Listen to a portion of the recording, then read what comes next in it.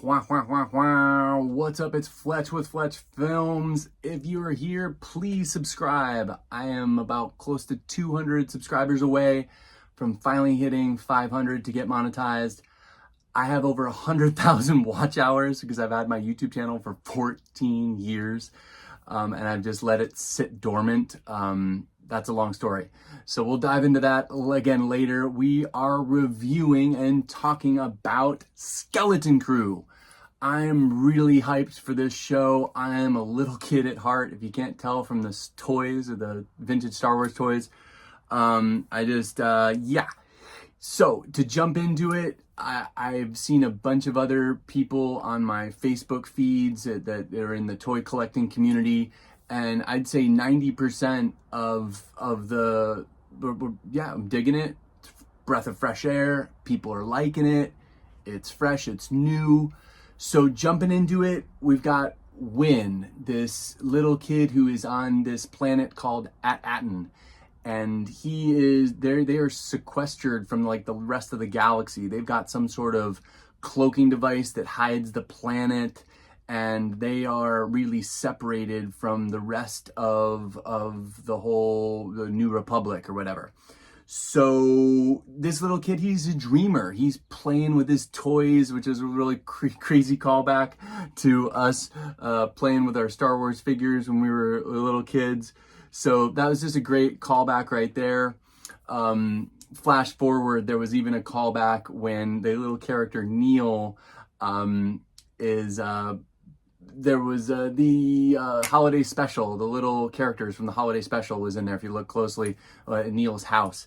Anyway, apparently the Jedi are known on this planet, and he is a dreamer, and he is like studying all the kind of lore, but it's all about just mystical lore.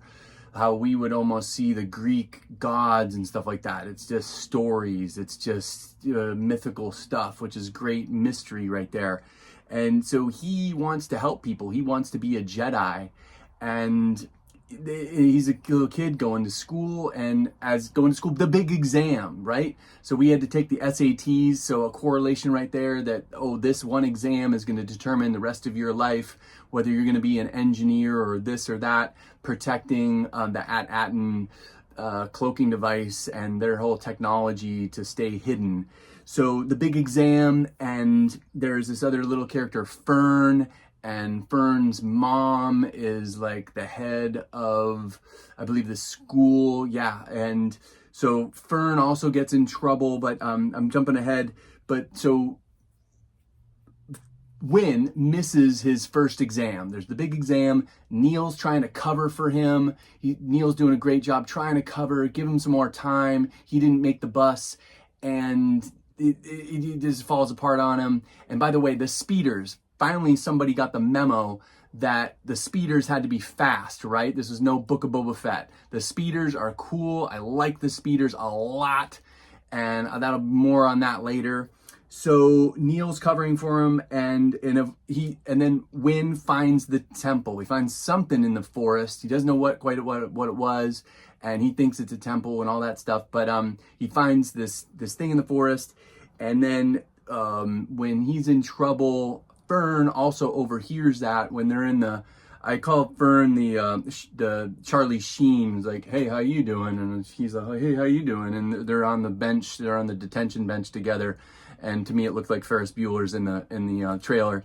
Anyway, Fern's a little snarky, got the little snarkiness to her, perfect character, love her, and the whole dichotomy in the push and pull there. So then Fern and KB is the gadget girl with the visor, kind of like a Lobot character. She's got some implants, and she's obviously going to be the little geek gadget girl of the group. And they get into the ship. It's not a temple, it's a ship. They take it out of hibernation mode, and they take off. Boom! Here we go on the adventure, right? So they leave their planet space. They're in hyperspace. They're way out there, and then we get established SM-33, this cool droid who's the pirate droid, and Fern thinks quick on her feet and says that she killed the captain, so she's now captain.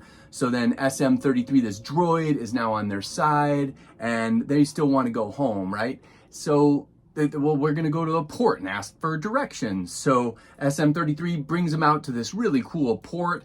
Love the ships coming in and out. Love it's like got plastic over the ship. It's just a little bubble. That was really awesome design choices there.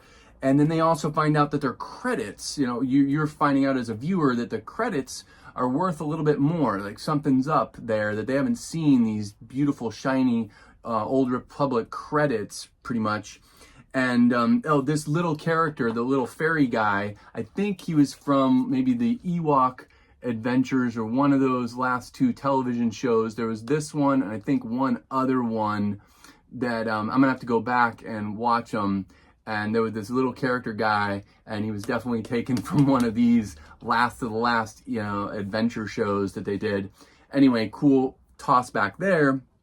And so they're in this pirate mecha spaceport, and stuff ensues. By the way, again, the side characters that Fern's talking to this side character that's trying to grab her or get her, and just all the side characters were spot on. I was just loving it. I'm gonna have to go watch this second episode like 2 or 3 times because I love the side characters. And yes, Urkel was there as one of the pirates. Love him.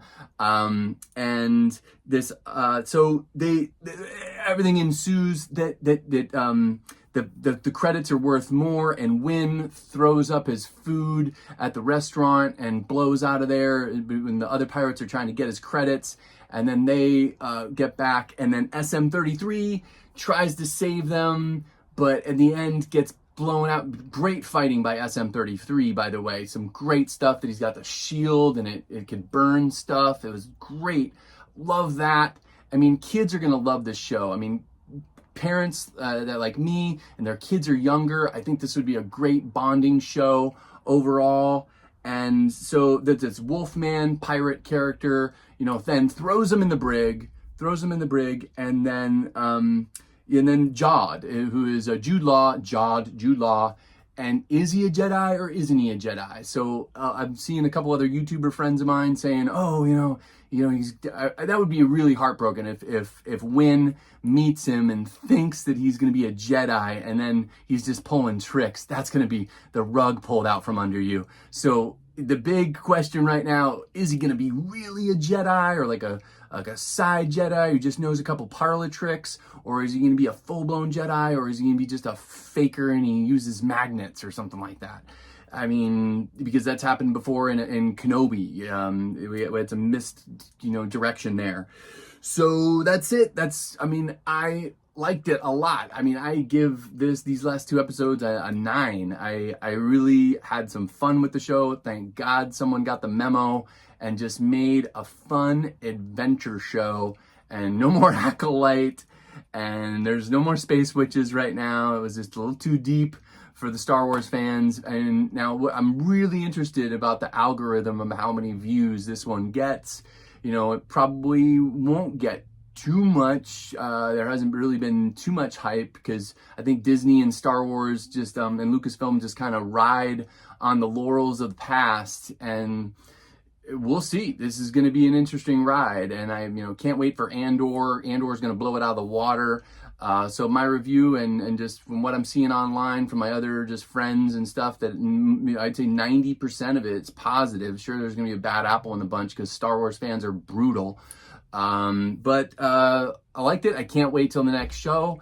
This is Fletch Films. Please subscribe if you like this content. Oh, by the way, this if you PM me, is available for $95 plus shipping. This is a custom-made lightsaber stand. It turns on and turns off.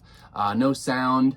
Made by Darth Dudar. And I'm going to be getting back to some way later in the week my videos of the last 17. I'm covering cars, I'm covering still vintage Star Wars and shows. I'm trying to find my voice as a YouTuber. And peace out. Please subscribe if you like the content. I'll see you on the flip side. Peace out.